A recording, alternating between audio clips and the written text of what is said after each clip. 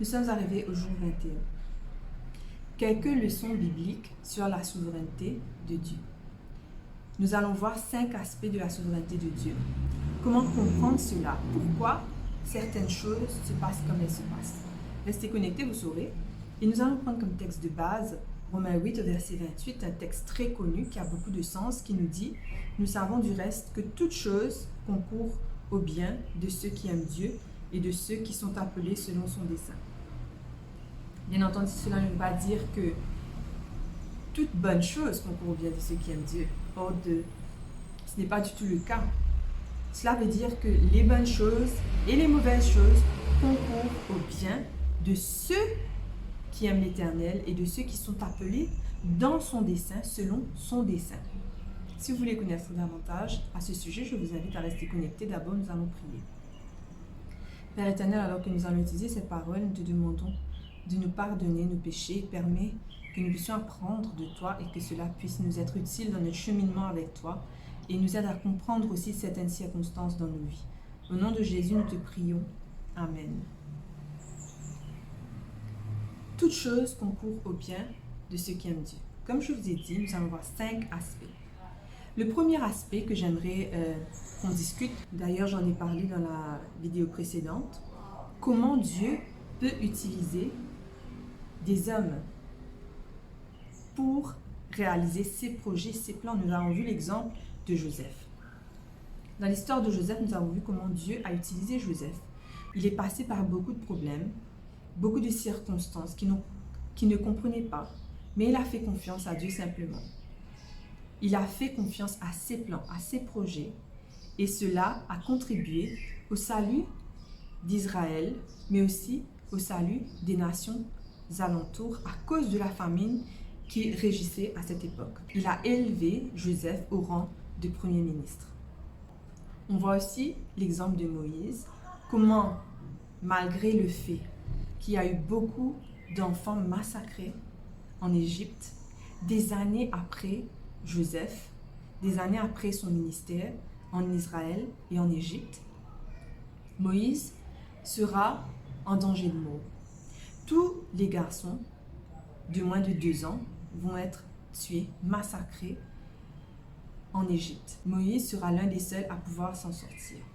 Malgré cet état de chaos, malgré ces circonstances négatives, Dieu va épargner Moïse pour qu'il devienne le libérateur de l'Égypte. Donc Dieu va utiliser, malgré les circonstances mauvaises, négatives, il va utiliser Moïse pour libérer le peuple d'Israël.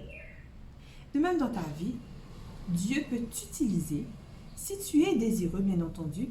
Moïse, Joseph, nous avons vu qu'ils ont eu une vie de soumission à Dieu, de dépendance envers Dieu. Malgré le fait qu'ils ne comprenaient pas forcément ce qui allait arriver, mais ils croyaient en Dieu et lui faisaient confiance. Alors Dieu peut t'utiliser pour accomplir son dessein, son plan dans ta vie. De même dans ta vie, Dieu peut utiliser sa souveraineté pour te libérer de toi-même. Parce que Dieu, comme il avait un plan pour Israël, il voulait délivrer le peuple d'Israël à l'époque de Joseph.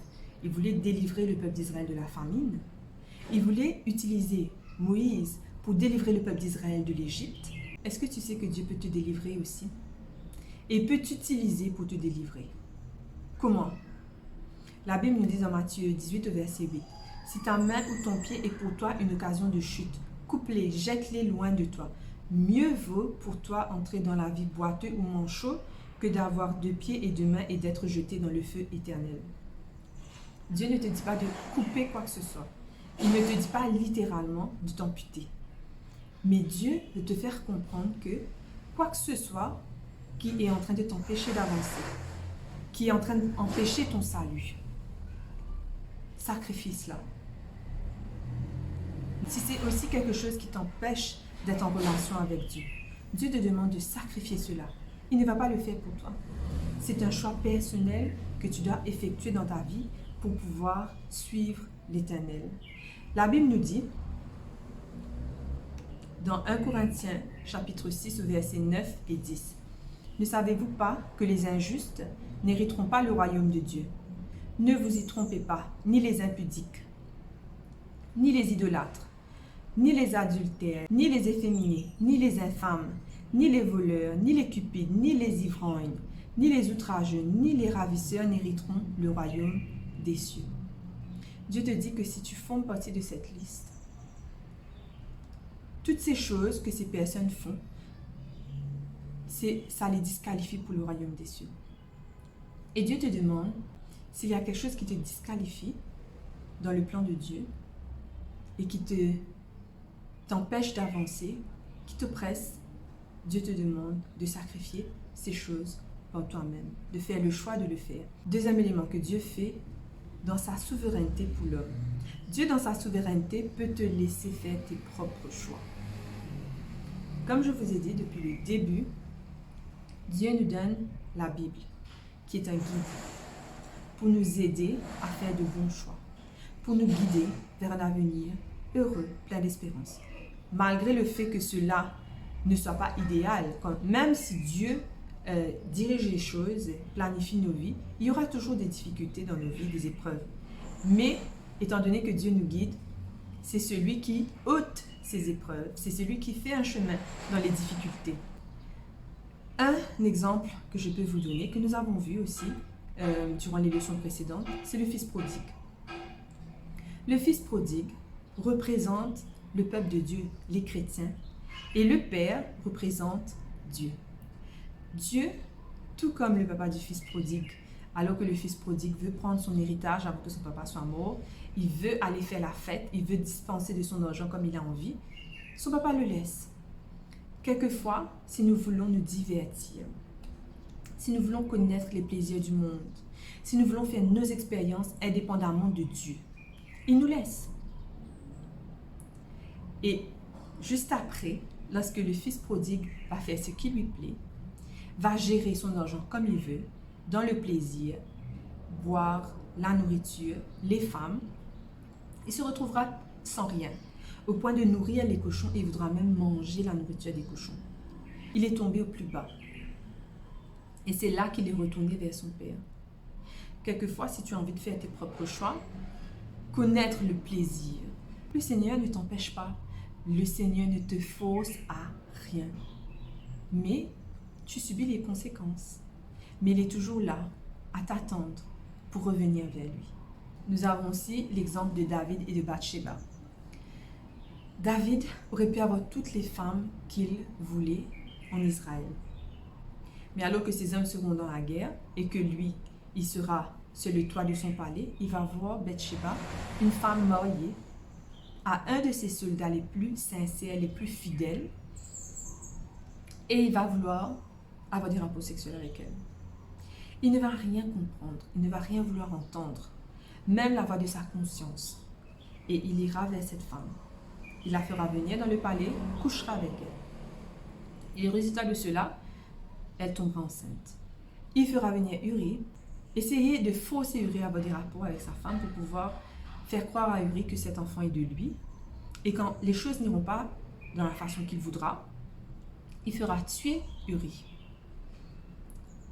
Et le résultat de cela, Uri va mourir, mais il va perdre l'enfant qu'il avait avec Bathsheba. Dieu, quelquefois, va nous laisser faire nos propres choix. Il y a aussi l'exemple de Jacob et d'Ésaü. Jacob et Ésaü étaient deux jumeaux. Dieu va promettre aux parents de Jacob que malgré le fait que Ésaü était le premier à sortir du sein de sa mère qui faisait de lui l'aîné et que c'était lui qui allait hériter de toutes les bénédictions, aussi bien spirituelles que matérielles, Rebecca et Jacob vont magouiller pour pouvoir faire de Jacob celui qui héritera des biens matériels aussi bien que spirituels. Et cela finira très mal. C'est vrai que Dieu avait promis que Jacob serait supérieur à Ésaü. Mais en aucun cas, à aucun moment, Dieu n'a demandé à Rebecca ou à Isaac de faire cela par eux-mêmes, encore moins à Jacob. Étant donné qu'ils vont essayer de forcer la promesse de Dieu en leur temps, à leur façon, parce qu'on peut dire aussi que les choses avançaient. Isaac devenait vieux Et alors qu'ils attendaient la promesse de Dieu que Jacob soit élevé au-dessus d'Ésaü, Isaac sera sur son lit de mort, sur le point de donner sa bénédiction à Ésaü, mais ils ne vont pas s'attendre à Dieu. Ils vont prendre les choses en main. Et le résultat de cela, c'est qu'il sera privé, Jacob sera privé de sa mère et de son père, aussi bien que de son frère. Pendant des années, il va vivre avec la culpabilité et il va être dans la crainte qu'Ésaü vienne pour le tuer, pour se venger. On voit que Dieu avait fait une promesse, mais c'était en aucun cas à eux de réaliser cela. Abraham aussi en est l'exemple. Dieu lui a promis, je te donnerai un enfant. Mais le temps passé, Sarah lui dira, prends une femme, prends ma servante, une égyptienne, et cet enfant qu'elle aura, ce sera lui ton héritier, je vais l'élever comme mon propre enfant.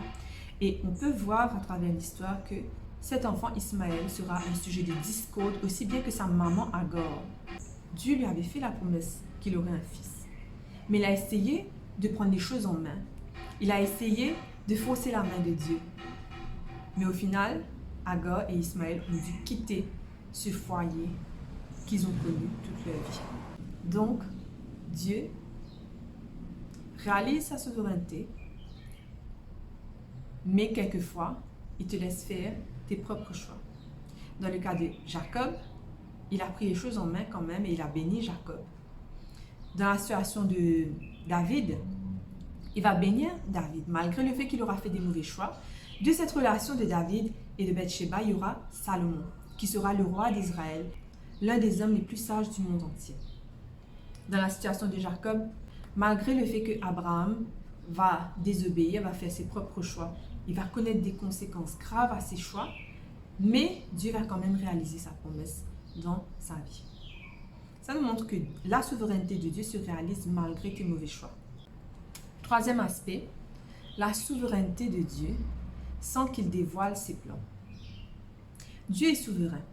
Il est au contrôle de tous les événements de ta vie et il les dirige pour ton bien. Mais quelquefois, il est souverain, mais il ne dévoile pas son plan. Il te demande de lui faire confiance. Il te demande de laisser diriger les choses. Un exemple que j'ai connu, j'ai vécu une situation similaire dans le sens que depuis que j'ai l'âge de 17 ans, j'avais désiré d'étudier la théologie. Mais c'était à aucun moment pour devenir pasteur. Je voulais étudier la théologie parce que j'aimais prêcher, j'aimais étudier la Bible, il y avait tellement à apprendre et j'avais soif de la parole de Dieu. Donc, c'était pour prêcher de temps en temps, mais surtout pour enseigner la Bible moi-même parce que je voulais devenir professeur, c'était ça mon rêve. Ce n'est qu'à la vingtaine que finalement j'ai décidé d'aller à Madagascar pour étudier. Toutes les années où j'étudiais la théologie, on me demandait, Sandrine, tu étudies pourquoi? Est-ce que tu veux devenir pasteur? Moi, c'était hors de question, ce n'était pas mes plans, ce n'était pas mes projets. Je voulais devenir professeur. Je voulais prêcher et devenir professeur, mais pas avoir à être pasteur. Pendant des années, j'ai étudié pensant devenir professeur. Et quand je suis rentrée à Maurice, Dieu m'a fait comprendre qu'il voulait que je sois pasteur. Il se révélera étape par étape. Il ne te dit pas tout d'un coup. Mais c'est avec confiance que tu dois avancer sur le chemin qu'il a tracé pour toi. L'exemple de cela dans la Bible, nous avons l'exemple d'Abraham. Nous en avons parlé récemment. Abraham, à 2 reprises, Dieu va parler à Abraham. Il va dire à Abraham, quitte Ur, quitte ton pays pour aller dans la terre promise. D'ailleurs, il n'ira jamais à la terre promise de son vécu. Mais ce sera une promesse à ses enfants. C'est après 400 ans d'esclavage en Égypte que Dieu va diriger les enfants d'Israël vers la terre promise qui est Canaan. Mais de son vécu, il va obéir, il va quitter Ur, mais il sera nomade toute sa vie attendant que la promesse se réalise. Pas avec lui, mais avec ses enfants. La deuxième chose que Dieu va lui dire, sans lui dire quand et comment, Dieu lui dira, tu auras un fils de Sarah ta femme. Mais il ne lui dit pas quand. Dieu te dit quelle étape suivre, mais il ne te dévoile pas complètement le plan. L'Éternel dit à Abraham, va-t'en de ton pays, de ta patrie, de la maison de ton père, dans le pays que je te montrerai, qui est Canaan. À 100 ans, il aura son fils, Isaac. Et alors qu'il aura son fils, Dieu va lui dire, prends ton fils, ton unique, sacrifie-le. Bien entendu, il n'aura pas à le faire complètement. Ça nous montre que Dieu est un Dieu qui peut avoir un plan, mais sans te révéler tout le plan. Peut-être parce que toi, tu ne serais pas d'accord avec lui, mais que finalement, tu passerais à côté de quelque chose de beau, comme dans mon exemple. Si Dieu m'avait dit que je devais partir étudier pour devenir pasteur, je ne serais sûrement pas partie. Mais étape par étape, parce qu'il te connaît, il ne te dévoile pas complètement le plan. Mais il te dévoile simplement des aspects du plan, jusqu'à ce que tu sois prêt. Ce que Dieu demande, quand il est souverain, sans le dévoiler ses plans complètement, c'est d'avoir la foi en lui, de croire en lui. Dans 2 Corinthiens 5, verset 7, il est dit « Car nous marchons par la foi et non par la vue ». Proverbe 3, verset 5 nous dit « Confie-toi en l'Éternel de tout ton cœur et ne t'appuie pas sur ta sagesse ». Quatrième élément, dans sa souveraineté, Dieu ne fait pas les choix qu'on aurait fait. Qu'est-ce que cela veut dire concrètement? Mais Dieu a choisi les choses folles du monde pour confondre les sages. Dieu a choisi les choses faibles du monde pour confondre les fortes. Dieu a utilisé David comme roi pour régner sur Israël. Un homme qui était un adultère, qui était un criminel. Dieu va utiliser Moïse, qui était un criminel aussi. Abraham, qui était un menteur, qui était un lâche. Jacob, qui était un tricheur, qui était un menteur. David, d'ailleurs, va être l'ancêtre de Jésus pourtant. Dieu ne va pas choisir des personnes parfaites pour accomplir ses plans, pour les utiliser, pour les donner des postes très importants. Dieu peut te choisir indépendamment de ce que tu as fait dans le passé. Dieu voit ton potentiel et veut t'utiliser si tu le désires. Dieu nous dit dans Ésaïe 55 au verset 8, « Car mes pensées ne sont pas vos pensées et vos voix ne sont pas mes voix, dit l'Éternel. » N'écoute pas ce que les autres te disent. Regarde à Dieu. Dieu a un plan pour toi. Même si toi, tu ne te sens pas à la hauteur, même si les autres sentent que tu n'es pas à la hauteur. Mais Dieu t'a choisi. Et ça, c'est le plus grand hommage qu'un Dieu parfait peut faire pour toi. Ce qui me rappelle une histoire, il y avait des grenouilles qui faisaient la course. Et il y avait la foule qui était en train de décourager les grenouilles. « Waouh, t'es trop nulle! Waouh, t'es super lente! C'est sûr que tu vas pas gagner! » Et chaque grenouille s'arrêtait avant de terminer la course. Mais il y avait une seule grenouille qui, malgré tout ce que la foule pouvait dire, continuait à avancer. Il avançait, il continuait à sauter, il continuait à sauter, il continuait à sauter. La foule devenait de plus en plus méchante parce qu'il était le seul à continuer, à persister, à persévérer. Il continuait, malgré que la foule était devenue de plus méchante, était plus critique, plus négative autour de lui. Et il est arrivé. C'était le seul qui a gagné. Et lorsqu'ils ont voulu savoir pourquoi lui, il a gagné et que les autres ont perdu, en fait, cette grenouille était sourde. Peu importe ce qu'il entendait, peu importe ce que les autres disaient, ça ne faisait rien parce qu'il n'entendait rien. Quelquefois, si tu veux avancer, quelquefois, si tu veux réussir, n'écoute pas ce que les autres te disent. N'écoute pas ceux qui te critiquent, ceux qui sont négatifs. Même tes propres voix intérieures qui te disent que tu n'es pas à la hauteur. Parce que Dieu a un plan pour toi. Et si tu as choisi, c'est que tu peux le faire. Je puis tout par celui qui me fortifie, dit Philippiens 4, verset 13. Cinquième chose et dernière chose. La souveraineté de Dieu agit pour ceux qui l'aiment et ceux qui sont appelés selon ses desseins. Tu veux que Dieu soit souverain dans ta vie? Tu dois l'aimer. Comment aimer Dieu? Comment savoir si on aime vraiment Dieu? Ça ne dépend pas de ta religion. Ça ne dépend pas de combien de temps, combien de fois tu pries par jour. Cela ne veut pas dire combien de fois tu vas à l'église, à quel point tu connais ta Bible, que tu rends ta dîme et tes offrandes, que matin, midi, soir, tu passes à l'église. Ce n'est pas ça qui définit si tu es chrétien. Dieu te dit, si tu veux que Dieu soit souverain dans ta vie, tu dois l'aimer. L'amour représente une relation qu'on a avec Dieu, une communication constante qu'on a avec lui. C'est la confiance qu'on place en lui. Parce que pour laisser quelqu'un diriger nos vies, quand ça va mal surtout, c'est qu'on doit avoir confiance en lui, qu'on doit le connaître. La Bible nous dit dans Jean 10, verset 14, « Je suis le bon berger. Je connais mes brebis et elles me connaissent. » Si tu veux vraiment que Dieu agisse dans ta vie, soit souverain dans ta vie, tu dois le connaître. Tu dois lui faire confiance, tu dois le connaître. Parce que très souvent, Dieu peut te diriger vers des choses négatives, difficiles, quand toute chose concourt au bien de ceux qui aiment Dieu. Quelquefois, Dieu peut utiliser des tempêtes dans ta vie, peut utiliser des déserts dans ta vie, pour pouvoir t'aligner à ta destinée. Mais pour pouvoir traverser, pour pouvoir suivre sa direction, tu dois le connaître. Tu dois connaître ses plans pour toi. Tu dois connaître son caractère. La Bible nous dit dans Psaume 23, « Si je marche dans la vallée de l'ombre de la mort, je ne crains aucun mal, car tu es avec moi. » Dieu est là dans la vallée de l'ombre de la mort. Quelquefois, des chrétiens, quelquefois des croyants ont été jetés dans la fournaise, dans un four, mais le feu ne les a pas brûlés. Ils ont été jetés avec des lions, mais un lion n'a pas touché à l'un de leurs cheveux.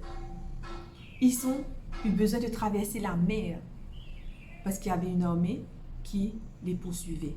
Jésus va dire à ses disciples, traverse la mer, traverse le lac, sachant qu'il y aurait une tempête. Mais malgré tout ce que Dieu fait, malgré les épreuves quelquefois qui nous arrivent, il y a eu des chrétiens qui sont partis en prison, mais ils ont fait confiance à Dieu. Dieu est souverain au contrôle de tout. Et quelquefois, il peut y arriver qu'on ait des difficultés dans nos vies. Et ces difficultés servent à nous aider à faire confiance à Dieu, à nous aider à être humbles, à réaliser que nos projets, quelquefois nos plans, peuvent mal se passer. La souveraineté de Dieu, malgré les difficultés de nos vies, nous aide à dépendre de lui entièrement, à lui faire confiance, à s'accrocher à lui. Mais avant et par-dessus tout, le plan de Dieu, c'est que tu sois sauvé. Sa souveraineté, tout ce qu'il fait, c'est en but de ton salut. Et à quoi sert-il de tout gagner sur cette terre et de perdre ton âme? Ne perds pas ton temps à vouloir que Dieu soit souverain dans ta vie ici-bas et ça s'arrête là. Dieu veut être souverain dans ta vie pour l'éternité. Mais c'est ton choix. Nous allons prier. Nous allons prier pour que Dieu nous aide à lui faire confiance, à nous appuyer sur cette promesse qui nous dit toutes choses concourent au bien de ceux qui aiment Dieu, qui sont appelés selon son dessein. Dieu a un dessein pour toi. Que tu puisses entrer dans ce dessein qu'il a pour toi. Lui faire confiance. T'abandonner à lui. Nous allons prier aussi pour le Saint-Esprit, parce que c'est le Saint-Esprit qui nous conduit. Le Saint-Esprit nous convainc de nos péchés. Le Saint-Esprit nous permet d'entendre Dieu mieux. Et nous allons prier pour un réveil spirituel, parce que Dieu veut que tu sois sauvé. Il ne veut pas passer un peu de temps ici sur la terre avec toi, parce que ici-bas, notre vie est comme un souffle, comme une vapeur qui disparaît en peu de temps. Tu ne sais pas si tu le feras jusqu'à la fin de la semaine, ou la fin du mois, la fin de l'année. La vie est tellement fragile, tout peut arriver. Mais j'espère que tu feras le choix d'assurer ta place pour l'éternité. Prions. Père éternel, nous voulons te remercier pour ce message que tu nous donnes, sachant que tu es souverain, que tu as tellement de plans, de projets pour nous, et que tu nous connais mieux que nous-mêmes. Tu sais ce qui est bien pour nous. Tu as des plans, des projets pour nous, de paix et non de malheur, un avenir rempli d'espérance. Nous voulons te demander, Seigneur, de diriger nos vies. Sois le souverain de nos vies. Nous voulons avoir cette relation avec toi, te connaître réellement, te faire confiance. Car à la fin des temps, Seigneur, quand tu reviendras, tu nous diras, arrière de moi, car je ne te connais pas. Ou tu nous diras, viens bon et fidèle serviteur. Nous voulons recevoir l'éternité, nous voulons vivre avec toi éternellement. Nous te demandons, Père éternel, de nous aider. Que même si nous traversons des difficultés dans nos vies, des tempêtes, par le feu Mais nous te demandons que nous puissions regarder à toi jusqu'à ce que tu nous délivres, car nous savons que toutes ces choses négatives qui peuvent arriver n'auront pas raison de nous. Donne-nous ton Saint-Esprit.